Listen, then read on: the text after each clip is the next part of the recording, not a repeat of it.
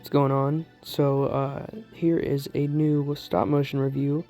I don't always do these because I only do it for recent releases of figures that I like, so it's not just every release. I would probably do more if I had the money to buy more figures at a time, you know what I'm saying, but I really only buy the ones that I'm super interested in, like these two.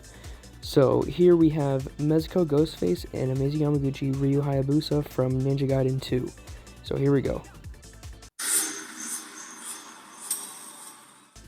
Now to kick it off with detailing, everything on Ryu is absolutely accurate. All these like straps and buckles and everything, it looks exactly like how I remembered in the game. Last time I played it I was like 8, and then I started playing it pretty recently, but anyway, he's got like the sculpted veins in his muscles and everything, and it looks like real metal on him, and a really beautifully sculpted scarf that is also articulated. There's not many details for Ghostface, but his cloak is soft goods. You can see some paint and detail on his boots. The mask looks phenomenal. It's sculpted very well. And under the costume, there's also skin and like undergarments, and they did a really good job paying attention to detail right there. Surprise! So now for all the articulation, Ryu can look up and down about that far, head tilt side to side, his arms cross about that far, his arms go up about that far, bicep swivel, full bend at the elbow, and wrist joint, leans forward about that much, and leans back about that much. He can lean to the side as well as the articulated scarf, kicks forward that far, bend to the knee, kicks back about that far, can kick out pretty well, thigh swivel, boot swivel with the boot joint, foot movement, ankle rock, and the toe pivot. Something else is that if you take off his head and then remove the faceplate, you can see this behind the faceplate, which are used to move around the eyeballs. And I'll show you how to do that in just a minute. So as for Ghostface, he can look up and down as well as the head tilt. Arm goes up about that far with the elbow and the wrist. His arms only go in so far. The tassels on his cloak are also articulated with a wire in it, but the one in the middle on the left arm does not have a wire. I don't know if it fell out or something, but it just isn't there. The hood is also articulated. He can bend forward and back, to the side, kick out, kick back, kick out, thigh swivel and full bend to the knee, ankle rock and foot movement, but since this is a Mezco, there's no toe joints.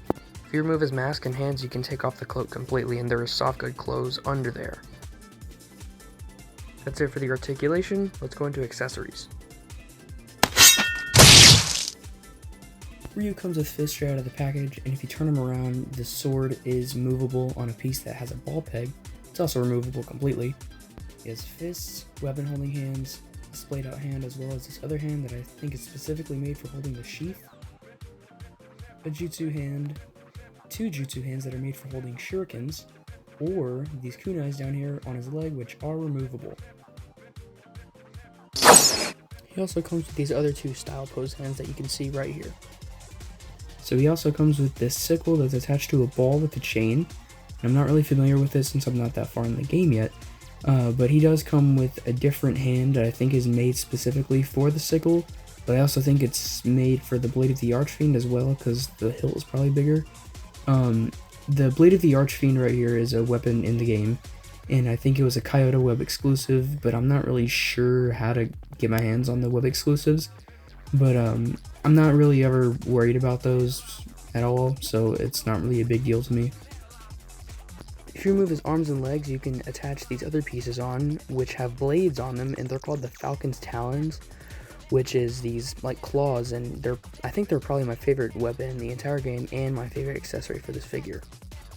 I will say that these fists right here are also fixed to these arms. They can't like interchange them or anything with other hands.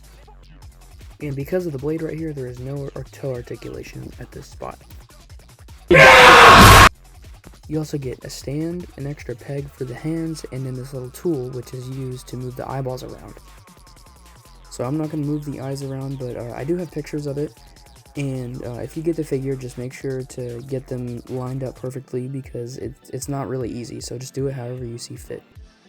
So if you can see the little wrist guard that's right above the fist and the little thing, like the big plate on his forearm, that is a loose wrist guard that can easily come off if you take off the hand.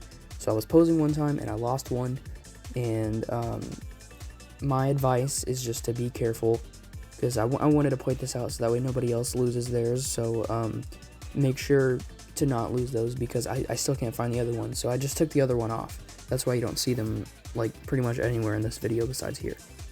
Now for Ghostface, you do get fists straight out of the package. You do get these grippy hands, and you also get these two hands that are made for holding the knives. You get a hunter knife and a kitchen knife. You also get this flat out hand that's made for holding this popcorn bowl. It also comes with a hand that is holding the popcorn. Now for head sculpts, you get the base head sculpt. You also get this bloody head sculpt, and you get this green one that's for the stab movies. And finally, you also get this beat up one that's from Scream 6. You also get a little TV remote. But wait, there's more. You also get blood effects, like this long one, this short one, and this even shorter one, and you just put them on the weapons. And you also get this stabbing one, where it's like the hunter knife is already stabbing into someone with like the blood already on it. It's pretty cool. I think it's one of my favorites. You also get this massive scythe looking thing. Finally, you also get a stand and a accessory bag.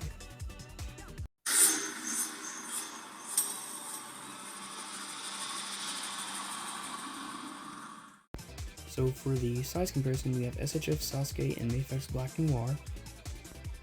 Next we have Mezco Iron Fist and Figma Gojo. And finally, Yamaguchi Iron Spider and Marvel Legends Hand Ninja. So these figures are absolutely insane. Final verdict, 10 out of 10. I love both of these. Rebel Tech and Mezco absolutely killed it with these two. I'm a big Ninja Gaiden and Scream fan. Makes me feel like a kid again, honestly. You know, I first played Ninja Gaiden when I was about 8 years old, and been a Scream fan for a few years. And anyway, thank y'all so much for watching, and I do have some poses at the end, so stay tuned.